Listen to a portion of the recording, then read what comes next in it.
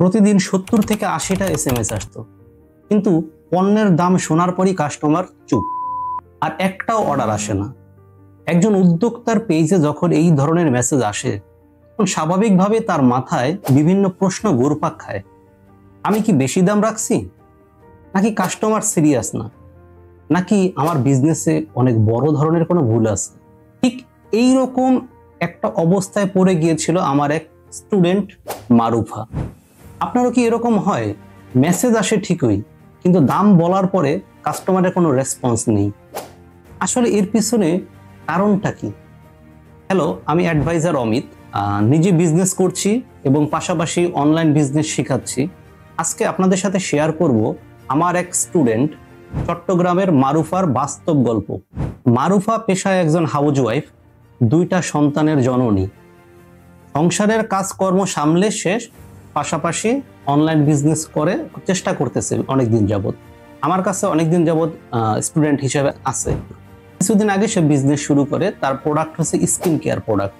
তার product quality কিন্তু দারুণ, প্যাকেজিংও অনেক সুন্দর, রেগুলার কন্টেন্ট দিতেছে এবং পেইড অ্যাড চালাচ্ছে প্রতিনিয়ত, কিন্তু তারপরও কোনো সেল হচ্ছিল না।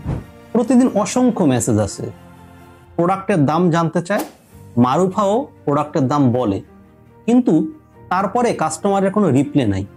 একদিন আমাকে মেসেজে সে এই পুরো বিষয়টা খুলে বলে যে, ভাইয়া, আমি প্রচুর পরিমাণে অ্যাড চালাচ্ছি, আমি প্রচুর কন্টেন্ট দিচ্ছি, কিন্তু আমার এসএমএসও আসে প্রচুর, কিন্তু আমার কোনো কাস্টমারকে যখন আমি দাম বলি, দামের কথা শুনে তখন সে চলে যায়। আসলে আমার ভুলটা কোথায়? আমার কি কোনো বড় রকমের ভুল হচ্ছে, নাকি আমি কাস্টমারকে ভালো করে বুঝাতে পারছি না, না কি ধরনের সমস্যা হতে পারে? আমি খুব কনফিউজড, আমি খুব হতাশ, আমাকে প্লিজ সাহায্য করুন। তখন আমি মারুফার ইনবক্সের স্ক্রিনশট দেখতে চাই। স্ক্রিনশট দেখে আমি তো রীতিমতো অবাক হয়ে গেলাম। মারুফা এত এত মেসেজ পেয়েও কেন একটাও অর্ডার পাচ্ছিল না, আর আমি ওর স্ক্রিনশট দেখে কেনই বা অবাক হয়ে গিয়েছিলাম। এই পুরো বিষয়টা জানতে হলে যেতে হবে ভিডিওর পরবর্তী অধ্যায়। তার স্ক্রিনশটগুলো দেখে আমি তাকে জিজ্ঞাসা করেছিলাম, আপনি কি পণ্য বিক্রি করেন, নাকি কোনো সমস্যার সলিউশন করতেছেন? তখন সে সঠিক কোনো উত্তর দিতে পারলো না। তারপর আমি তাকে আরো কয়েকটি প্রশ্ন করলাম। আপনি কি জানেন কাস্টমার কেন আপনার এই পণ্যটি কিনতে চায়? তার সমস্যাটা আসলে কোথায়? সে কিসে ভয় পায়? আর কাস্টমারের বাজেটই বা কত? এই সবগুলো প্রশ্নের উত্তর মারুফার পক্ষ থেকে ছিল একটাই, সেটা হচ্ছে না। তখন আমি তাকে কন্টেন্টে কিছু চেঞ্জ আনার পরামর্শ দিলাম, কন্টেন্ট কিছু পরিবর্তন করতে বললাম, এবং তার মেসেজিং যে স্ট্র্যাটেজি ছিল সেটাকেও কিছু পরিবর্তন করে দিলাম। ঠিক 1 সপ্তাহ পরই তিনি তার ইনবক্সে অর্ডার পাওয়া শুরু করলেন। কাস্টমার প্রচুর আগ্রহ নিয়ে দরকার পড়লে অগ্রিম পেমেন্ট করেও তার প্রোডাক্ট কিনতেছে। কাস্টমার নিজে থেকে তার অর্ডারকৃত পণ্যের খোঁজ খবর নিচ্ছে। সে যে পণ্যটি অর্ডার দিয়েছিল সেই পণ্যটি বর্তমানে কোথায় আছে। মারুফাকে বারে বারে প্রশ্ন করতেছে ইনবক্সে, পণ্যটি সে কিভাবে পাবে, কখন পাবে, কিভাবে ব্যবহার করতে হবে, ইত্যাদি ইত্যাদি বিভিন্ন ধরনের প্রশ্ন। যেই মারুফাকে কেউ এসএমএস এ দ্বিতীয়বার রিপ্লাই করতো না, সেখানে কাস্টমার বারে বারে মারুফাকে মেসেজ করতে করতে সবসময় ব্যস্ত রাখতেছেন। একদিন মারুফা আমাকে কল দিয়ে বলল, ভাইয়া, যেখানে প্রতিদিন 70 থেকে 80টা মেসেজ পেতাম, কিন্তু একটাও অর্ডার হতো না, আর এখন মাত্র দিনে 20 থেকে 25টা মেসেজে 10 থেকে 12টা সেল হচ্ছে। ওর মুখে আমি এক সফলতার হাসি দেখতে পাইছি। এক অন্যরকম ফিলিংস। তার এখন রেগুলার কাস্টমার তৈরি হয়েছে। তিনি এখন তার পণ্যের দাম নিয়ে খুব কনফিডেন্ট। কি এমন আলাদিনের চেরাগ শিখিয়ে দিয়েছিলাম মারুফাকে, যেখানে তার একটা অর্ডারও আসতো না প্রতিদিন, এখন তার অর্ডার হচ্ছে 10 থেকে 12টা। এই পুরো জিনিসটা জানতে হলে যেতে হবে ভিডিওর শেষের অংশে। ওই দিন আমি ওর স্ক্রিনশট দেখেছিলাম, তখন ওর স্ক্রিনশট দেখে মেসেজগুলো দেখেছিলাম হাই, হ্যালো, অ্যাভেলেবল, প্রাইস, এই টাইপের জিনিসগুলোর প্রশ্নের শুধু উত্তর দিচ্ছে। কোনো কনভার্সন তৈরি হচ্ছে না, কোনো ব্র্যান্ড ভ্যালু তৈরি হচ্ছে না। আমি তাকে বললাম, আপনি শুধু প্রোডাক্টের দাম দেন, কাস্টমারের আগ্রহ তৈরি করেন না। আপনি শুধু আপনার পণ্যের কথাই বলেন, কিন্তু কাস্টমারের সমস্যার কথা বলেন না। তারপর আমি মারুফাকে কয়েকটি টিপস দিলাম। একটা ছিল তার কন্টেন্টে পরিবর্তন আনার টিপস, আরেকটা ছিল তার মেসেজের স্ট্র্যাটেজি। চলুন দেখে নেই তাকে কন্টেন্টে কি ধরনের পরিবর্তন আনতে বলেছিলাম, কাস্টমার এখন কি সমস্যায় আছে, এবং এই মারুফার পণ্য নিলে কাস্টমার সেই সমস্যা থেকে কি ধরনের সমাধান পাইতেছে। এই দুইটা বিষয়ের নিয়ে তাকে পুনরায় কন্টেন্ট তৈরি করতে বললাম।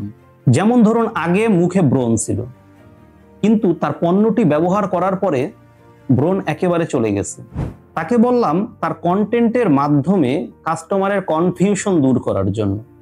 কাস্টমারের মনের মধ্যে বিভিন্ন ধরনের প্রশ্ন থাকতেই পারে, সেই প্রশ্নগুলোর উত্তর তার কন্টেন্টের মধ্যে দিয়ে দিতে বললাম। যেমন, এই পণ্যটিকে আসলেই কাজ করবে, সবার স্কিনের জন্য কি এটা উপযুক্ত, এটা কতদিন ব্যবহার করতে হবে, ইত্যাদি ইত্যাদি ইত্যাদি। কন্টেন্টের মধ্যে একটু গল্প বলতে বললাম। যেমন, তার কাস্টমার এই পণ্যটি ব্যবহার করছে, কতদিন ব্যবহার করছে, কিভাবে সে সমাধান পেল, এই গল্পগুলো রিভিউ আকারে তাকে দেখাতে বললাম। কাস্টমারের ভয় দূর করতে বললাম। কাস্টমারের কোন কোন জায়গাতে ভয় আছে, সেই ভয়গুলো দূর করতে হবে।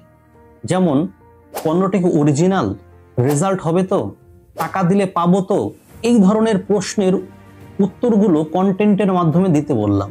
এরপরে কাস্টমারের সাথে মেসেজের মাধ্যমে কমিউনিকেশন করার জন্য কিছু স্ট্র্যাটেজি তাকে শিখিয়ে দিলাম।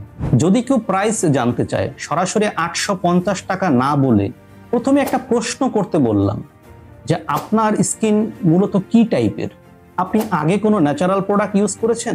তখন ধরে নেন কাস্টমার রিপ্লাই করলো যে হ্যাঁ, তার স্কিন টাইপ হচ্ছে সেনসিটিভ। এবার আপনি কাস্টমারকে বলেন যে আপনার স্কিন টাইপ যদি সেনসিটিভ হয়, তাহলে আপনাকে আমরা এই প্যাকেজটি সাজেস্ট করলাম। এই প্যাকেজটির মূল্য হচ্ছে 850 টাকা, এটা আপনি এইভাবে ব্যবহার করবেন, সাথে পাবেন আমাদের ফ্রি গাইডলাইন। এতে কাস্টমার যেটা বুঝবে যে এই যে মারুফার এই পেজ থেকে কাস্টমারকে গাইড করা হচ্ছে, অর্থাৎ তার স্কিনটাকে সুরক্ষা দেওয়ার জন্য, ভালো রাখার জন্য এই পেজ থেকে তাকে সাজেশন করা হচ্ছে। তখন এই পেজের প্রতি ওই কাস্টমারের বিশ্বাস বেড়ে যাবে এবং সে নির্দ্বিধায় চোখ বন্ধ করে সে অর্ডার করে দিবে। আমার এই স্ট্র্যাটেজিগুলো যখন মারুফা প্রয়োগ করা শুরু করলো, তখন তার পুরো ইনবক্সটা হয়ে গেল একটা সেলস ফানেল। এখন মারুফা শুধু দাম বলে না, কাস্টমারের প্রয়োজন বুঝে তার সাথে কথা বলে।